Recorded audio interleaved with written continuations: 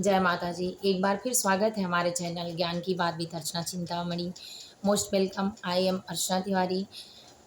तो सबसे पहले आज का प्रश्न है कि ये जानते हैं कि दौड़ चाहे कोई भी हो, चाहे ज़िंदगी की हो या आर्मी की हो या पुलिस की हो या देश की सेवा की हो या अपने परिवार के प्रति हो, चाहे दौड़ कोई भी हो, लेकिन अगर आप चाहते हैं कि उस दौड़ में भाग लेना है, उस दौड़ में जीतना है, तो सबसे पहले अपने आप में इन गुणों को सुधारना होगा और अपने आप को खुद से मोटिवेट करना होगा।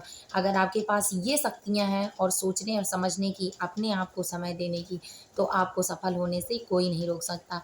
तो हर एक बात के लिए एक उदाहरण के तौर पे सारी चीज़ें समझते हैं। तो सबसे पहले अगर आर्मी की दौड़ में आप जीतना चाहते हैं, तो अपने आप को दौड़ने के पहले कुछ देर के लिए समय दें, 2-4 मिनट आँखें बंद करके अपने बारे में सोचें कि बिल्कुल मुझे रुकना नहीं है, हर हाल में नहीं रुकना है, दौड़ते रहना है।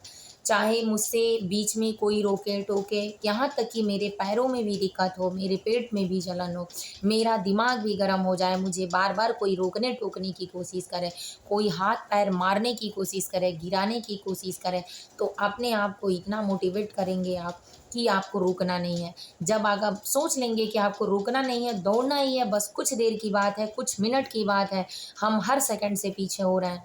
तो अगर ऐसा आप सोच लेते हैं, तो आपको दौड़ जीतने से कोई नहीं रोक सकता है।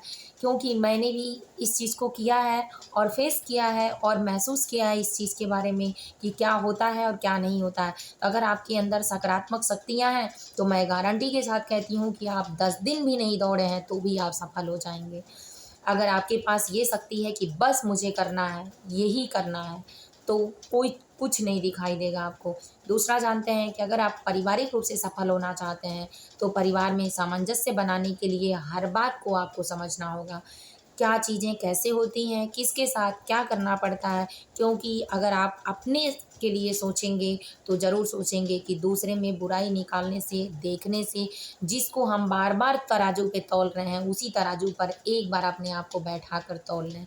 फिर जान लें कि किस हिसाब से दुःख, सुख, तकलीफ़, लेन-देन, खर्च जो भी होता है, उस तरह से अगर है, तो परिवार में सामंजस्य बैठ जाएगा और आपको इस चीज़ का अगर एहसास है कि आपको क्या चाहिए, किस समय चाहिए, क्या नहीं चाहिए, क्या आपको नहीं मिला, तो आप अपने उदाहरण से अपने परिवार को सँभाल सकते हैं। अब जानते हैं कि तीसरा, अगर ज़िंदगी की दौड़ में आपको रास्ता नहीं मिल रहा है, आप परेशान हैं, तो रास्ता भी मिलेगा।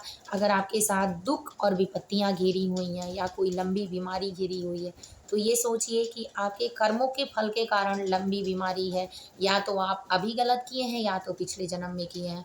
किसी से आपको कुछ पूछने की ज़रूरत नहीं है, क्योंकि लोग आपका मज़ाक उड़ाते हैं। लोग ये कहते हैं आप ऐसे थे तो आपके साथ ऐसा हुआ, ऐसा कुछ नहीं है। किसी के साथ ना बोलें, ना सोचें, चुप मौन रहकर अपने कर्मों को बढ़ावा दें। उस समय पुण्य कर्म करें।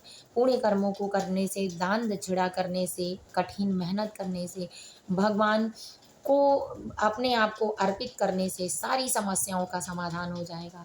तो इसलिए आप अगर ऐसा करते हैं, तो चाहे आपके साथ लंबी बीमारी हो या लंबी सफलता हो, आपको दोनों में सफलता 100% मिलेगी।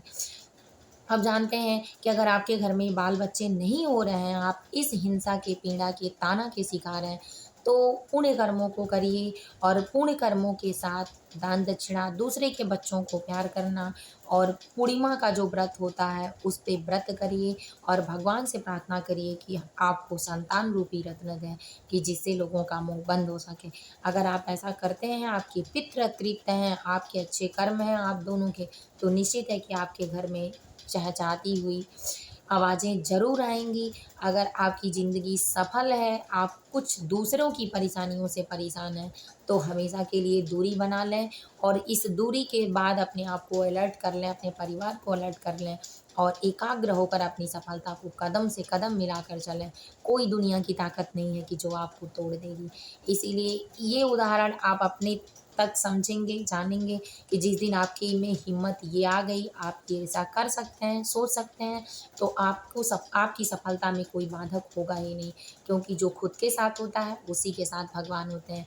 जो खुद से नज़रें मिलाकर अपने आप को समझ लेता है, दुनिया भी उसी को समझती है।